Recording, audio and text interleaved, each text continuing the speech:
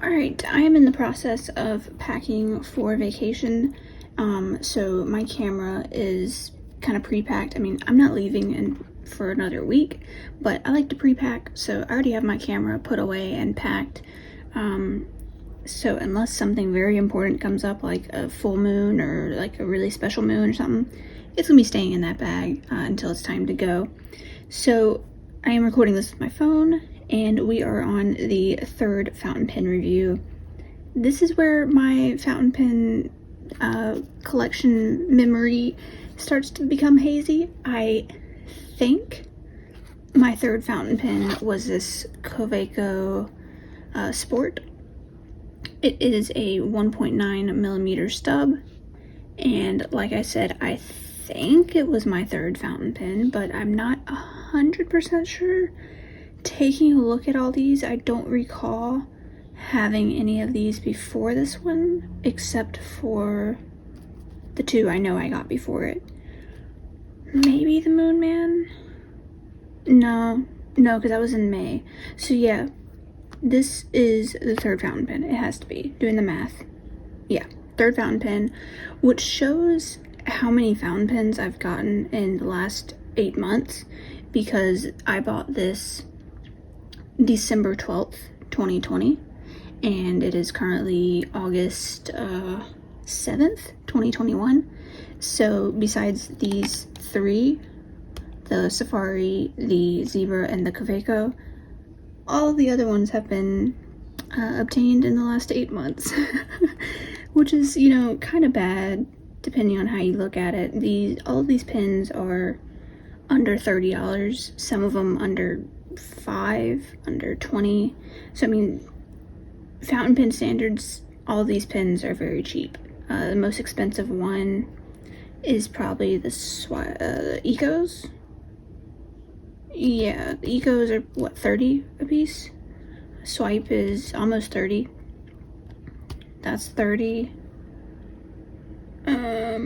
Probably 20-ish.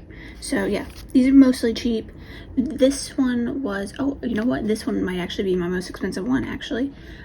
This, I paid a total of $37.54. Let me see how much the actual, so this is actually $35. So yeah, I think this was my most expensive fountain pen. So this is also probably the most interesting one I have. So let's go ahead and get into the review.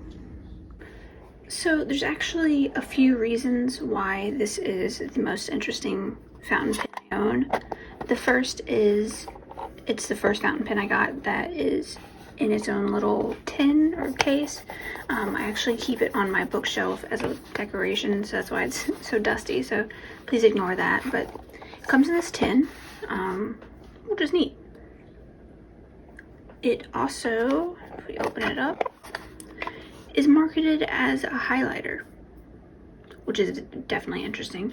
So the official marketing listing name for it is the Kaweco Ice Sport Glow Highlighter Fountain Pen Set, 1.9 millimeters.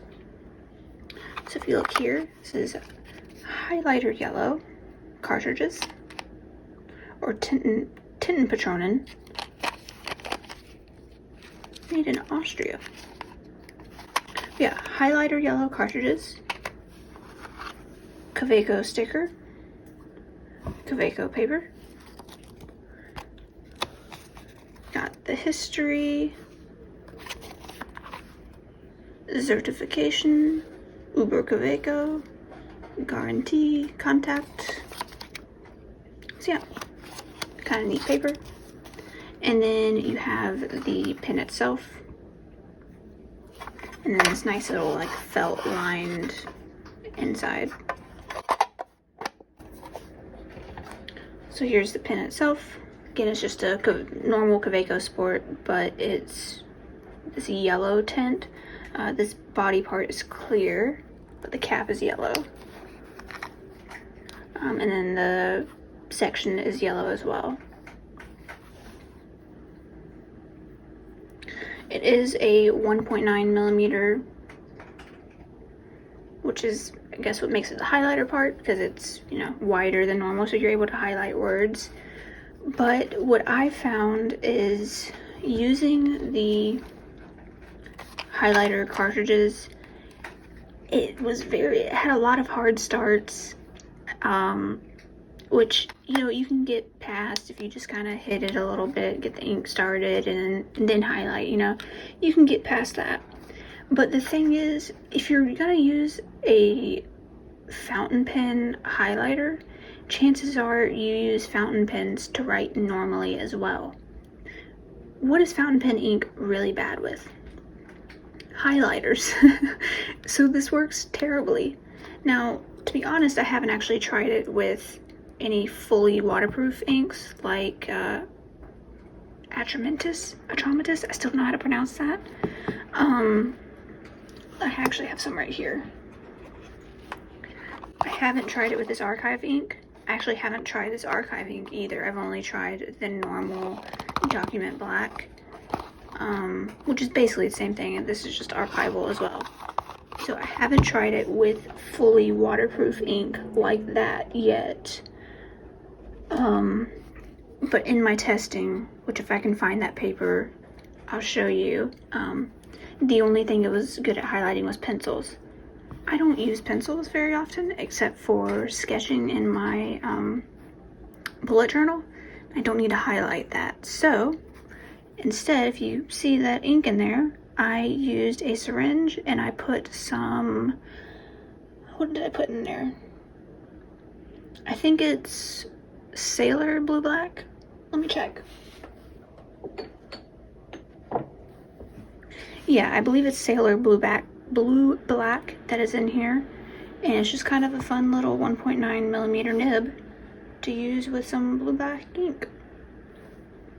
So since I've done that change, it's slightly better. It's still hard starts basically every time, especially on coated paper. If the paper has a bit more feedback, it's maybe 50% chance at hard starts. But on slippery paper, it always hard starts, like guaranteed. So this is $35. It doesn't get the best reviews. Looking at Jet Pens, it has 4.1 stars out of 13 reviews. And if we look at the features listed on Jet Pens, it is a 1.9 millimeter steel nib. Does not smudge pencil, ballpoint ink, laser jet ink, or inkjet ink. So it is good for, you know, pencils or highlighting papers you printed off, you know. I could see that being decent. And like I said, it works decently well on paper with a bit more feedback. So printer paper would probably fit that. It does have a screw-on cap, which, if you know by now, I'm not a fan, but I put up with it. Transparent body, so you can view how much ink you have left. There is one yellow highlighter ink cartridge inside the pen body, and then you also get an additional 6, which I don't believe I've used. Yeah, it's hard to open. I've never opened it before. This used to be the original highlighter ink, but I emptied it out and put the Sailor Blue Black in it. And then it also comes with the instruction manual and sticker, although I wouldn't call this an instruction manual. Yeah, there's no instructions, but you don't really need instructions, so I guess that's fine. Wait a second. It folds open. It is an instruction manual. So fountain pen, move you up, is up here. Okay, the more you know. Thank you, Jet Pens. I didn't know you could open that. I just thought it was thick paper. So there's that. $35. I don't know. I probably wouldn't buy it again. It's very expensive for what it is, but it is still fun to play around with. If you're eyeing a Kaweco Sport, I would just get like a normal one, like a fine or maybe medium. I wouldn't go with the stub because, again, it hard starts. It's not a very enjoyable experience, but it is fun to play around with. But I'd rather play around with cheaper pens. So let's go ahead and move on to the writing test. Alright, this paper is on the smoother side, so let's see if it starts. I did write with it earlier, just to preface that. Yeah. I usually have to hit it, 2 times or so. Okay, it usually does better than that. There we go.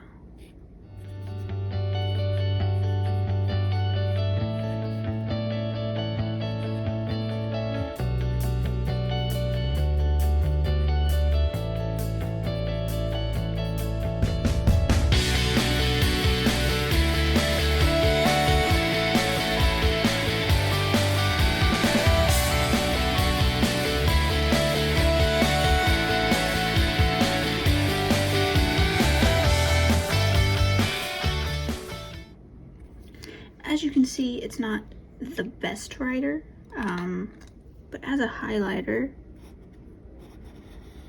yeah, it's halfway decent. It's very narrow for a highlighter, but it's decent enough. But I mean, when you have the highlighter cartridges, it doesn't even work that well, even in a straight line, so it's hard to recommend it as a highlighter or as a writing pen. When you do, I really restricted myself here writing so small, but when you write bigger, it is generally better. I have to use a bit more pressure than I usually do just to make it come out. But overall, halfway decent. I enjoy it. I wouldn't buy it again, and I wouldn't recommend anyone else buy it, but I enjoy it.